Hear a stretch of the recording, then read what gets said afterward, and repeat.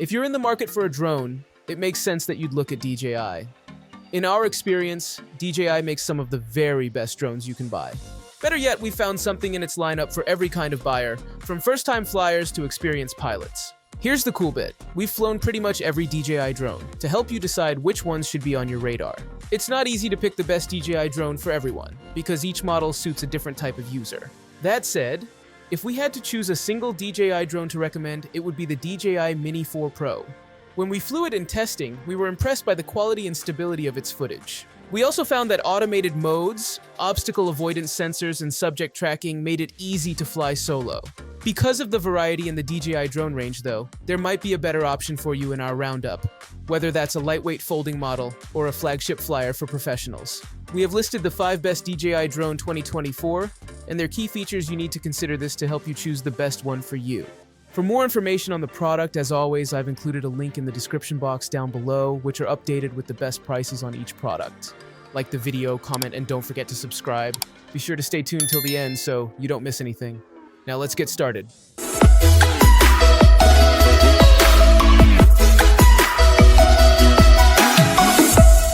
Number 5. DJI Mini4 Pro. With the launch of the Mini4 Pro, DJI has nailed the recipe for producing premium-level ultralight drones. It comes just 18 months after the superb Mini3 Pro, but with significant tweaks to the image processing and obstacle avoidance tech, it's undeniably the one to beat. At under 250 grams in weight, it's free from many of the rules and regulations that apply to larger models. In the USA, there's no need to register it with the FAA for recreational use. While in the UK, a notoriously difficult place to fly drones, it can be flown pretty freely in public areas. Phew! Here in the UK, finding a sub-250-gram drone is critical for most amateur pilots. What's the point in me spending money on a high-performance camera drone like the DJI Mavic 3 895G or newer DJI Air 3 720G if I risk falling foul of the law every time it takes off? There's usually a big trade-off here, however, with the quality of the camera and safety features decreasing as the drone gets smaller and lighter. Thankfully, the Mini4 Pro doesn't feel close to subpar in these areas, even if it doesn't quite hit the performance heights of its bigger brethren. With up to 34 minutes of flying time on a full charge, the DJI Mini4 Pro has the same battery life as the Mini3 Pro. I think it's a generous amount, even if the real-world airtime is closer to 25 minutes than 34. However, those who anticipate long days of shooting with no easy means of recharging would do well to invest in 1 or 2 additional batteries. They cost about $65 each.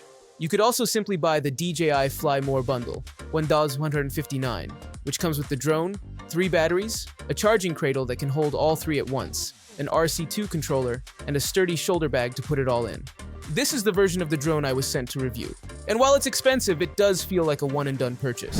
Number 4. DJI Mavic 3 Pro. The DJI Mavic 3 Pro, starting at $2,199, is a serious drone that's well-suited for independent filmmakers, travel vloggers, and aerial photography enthusiasts alike. The Pro version replaces the original Mavic 3 and comes with one big upgrade, a mid-range telephoto optic that supplements the wide and long telephoto lenses.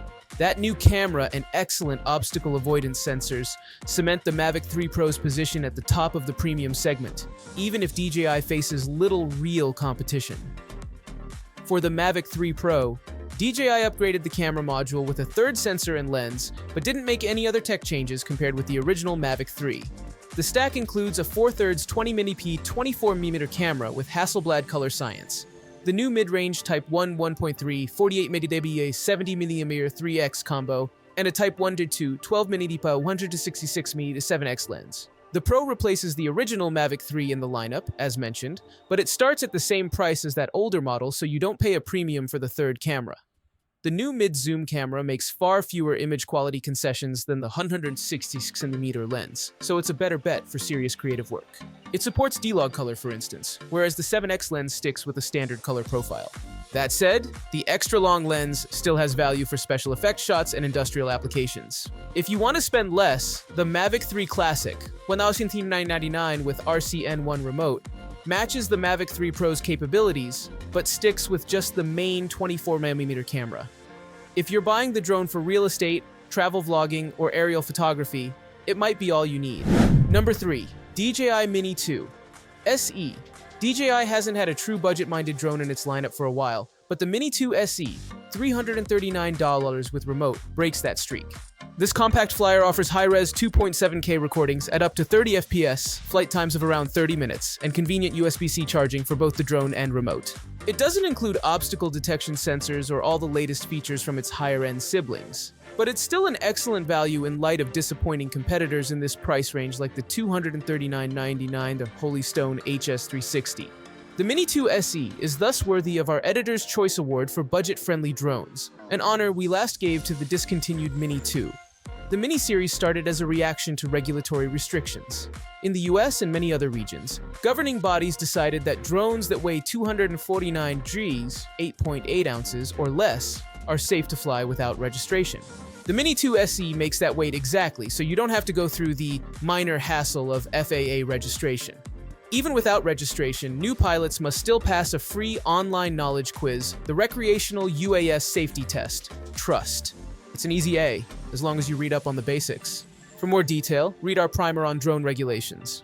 The Mini 2 SE isn't far off from other small folding drones in concept. Its arms collapse in for storage to create a 2.3 by 3.2 by 5.4 inch HWD frame.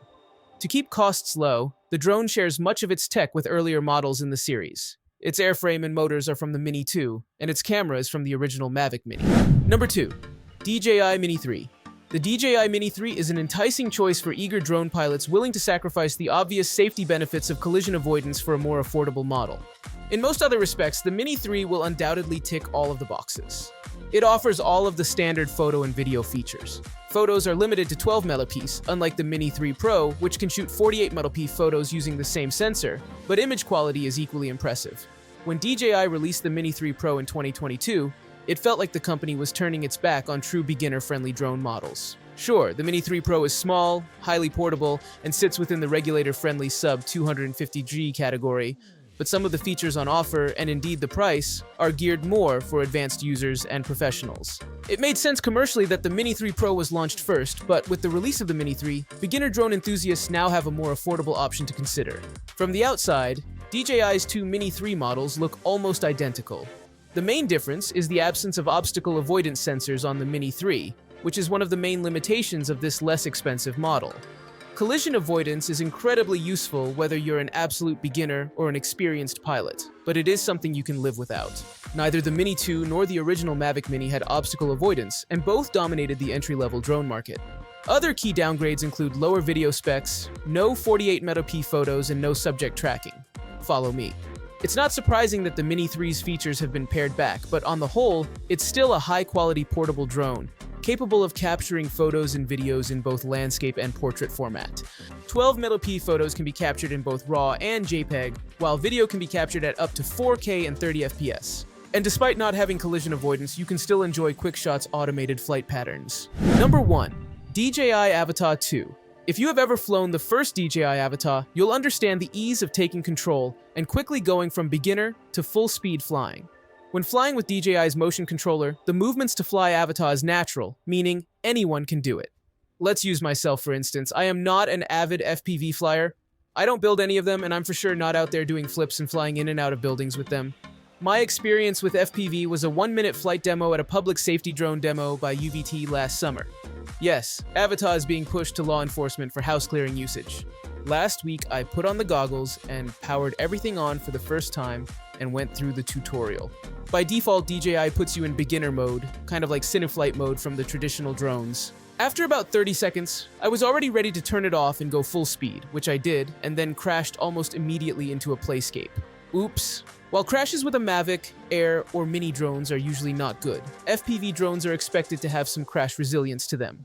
Clipping branches, walls, and the occasional metal pole is not unheard of, so the Avatar 2 has to be built to take it. Overall, the quality is great. The rotor guards protect the rotors from getting any damage if you graze a wall, clip some leaves, or even fly a bit too low into the tall grass. Avatar 2's turtle mode also allows you to flip the drone over and continue flying after a tumble. And yes, I've had to use it a few times. I wish there was a shortcut for this and not hidden behind 3 menu clicks, but it works very well. Maybe a normal pilot doesn't need it often and it's just me that keeps crashing it. When it comes to most obstacles you might come across, Avatar 2's body can take a good beating without any noticeable damage.